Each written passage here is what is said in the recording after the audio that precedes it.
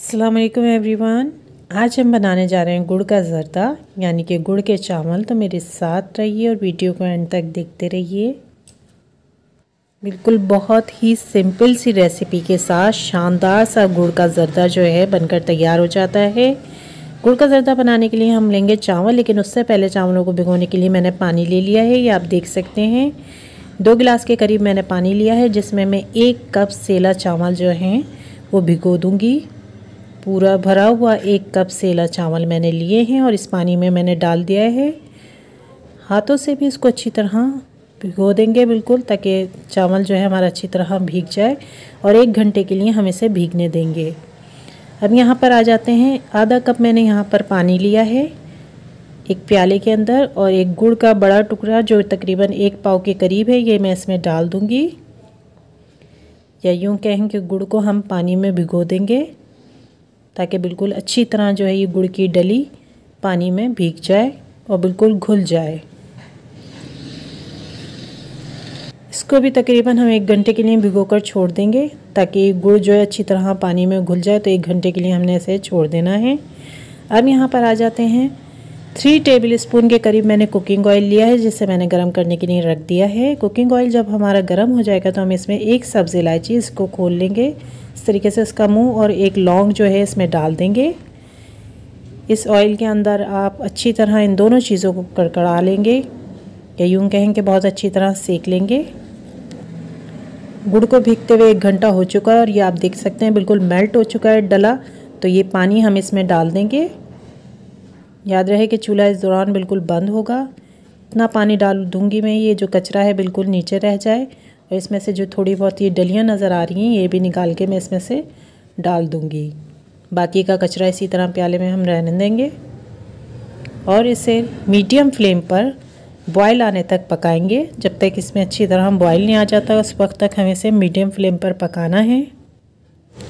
गुड़ के पानी में अच्छी तरह बॉयल आ चुका है। ये जो चावल हमने 1 घंटे के लिए भिगोए थे ये निकाल कर मैं इसमें डाल दूँगी कढ़ाई में। तमाम चावल हमने इसमें डाल देने हैं।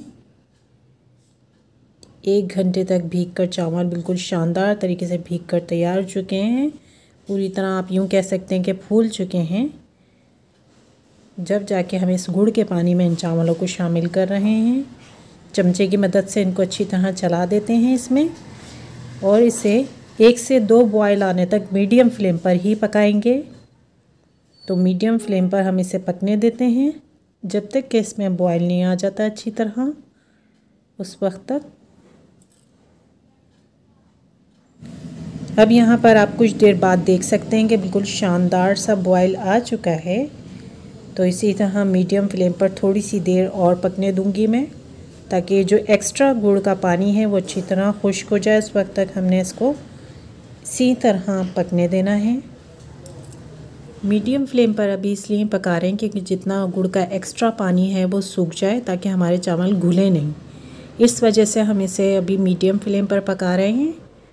और कुछ देर बाद जो है हम इसे चेक कर लेंगे कि चावल हमारे कितने % गलकर तैयार हो चुके हैं। अगर तो बहुत ज़्यादा गल गए हैं तो इसी तरह मीडियम फ्लेम पर पकाएंगे। अगर कड़क हैं चावल हमारे, बहुत ज़्यादा कड़क हैं, तो फ्लेम को बिल्कुल मैं लो कर दूँगी। अब मुझे लो फ्लेम पर पकाने हैं और ढकना कवर करके पकाने, क्योंकि गुड़ का ज़्यादा पानी हमारे पास अब है नहीं। साथ ही इसमें ड्राई फ्रूट शामिल कर देते हैं। कच्चा नारियल लिया है, इस तरीके से बारीक काट लिया है मैंने। चावलों को दम में देने से पहले जितना ड्राई फ्रूट डाल सकती हूँ मैं डाल दूँगी। कटे हुए बादाम ले रही हूँ मैं, और वो भी इसमें डाल दूँगी। और साथ ही मैं इसमें लूँगी थोड़ी सी किशमिश, और वो भी ऊपर से इसमें डाल दूँगी।